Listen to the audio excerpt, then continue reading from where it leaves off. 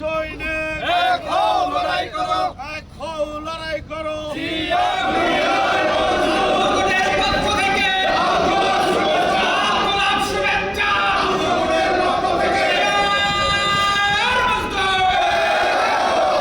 হলো যে বাংলাদেশের যতগুলো শিক্ষা বোর্ড আছে সেই শিক্ষা বোর্ডের নেতৃত্বে যারা আছে তারা এখানে সবাই আসছে।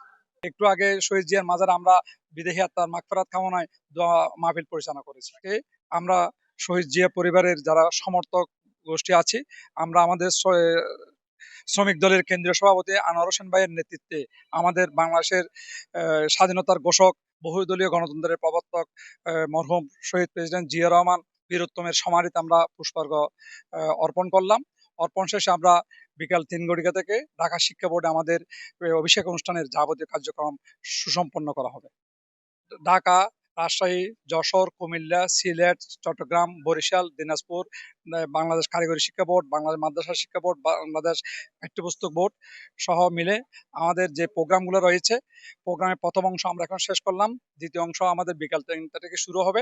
এখানের মধ্যে সবচেয়ে আমাদের এবার আকর্ষণ হলো আমাদের বোর্ড অঙ্গনে যখন আমরা অধিকার বঞ্চিত, আমাদের অধিকার যখন আওয়ামী লীগ ফ্যাসিস্ট সরকার যখন নষ্ট করে দিয়েছিল, তখন রাজশাহী বোর্ডের ৩ জন সহকর্মী তারা বীরের বেশে সূর্য সৈনিকের মতো কাজ করে মহামান্য হাইকোর্টে মামলা করে।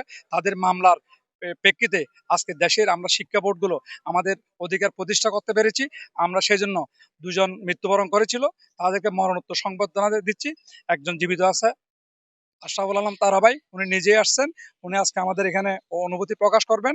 এরপর আমাদের যারা নবনির্বাচিত নেতৃবৃন্দ আমাদের বরণ করে নেওয়া হবে। সাবেক মহাসচিব আমাদের বিদায় দেবেন। এই কর্মসূচি আমাদের মধ্যে রয়েছে।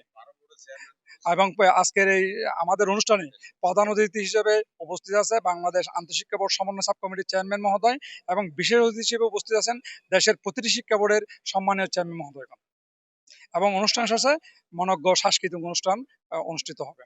দেশের প্রতিটি শিক্ষা বোর্ডের সমন্বয়ে গঠিত বাংলাদেশ আন্তঃশিক্ষা বোর্ড কর্মচারী ফেডারেশন, এই ফেডারেশনের 2025-26 মেয়াদে নবনির্বাচিত নেতৃবৃন্দের আজকে অভিষেক অনুষ্ঠান অনুষ্ঠিত হবে ঢাকা শিক্ষা বোর্ড মিলনায়তনে। এখানে আমাদের শহীদ রাষ্ট্রপতি জিয়া রহমান সাহেবের মাজারে আমরা পুষ্প অর্পণ করলাম এবং ওনার জিয়ারত করলাম।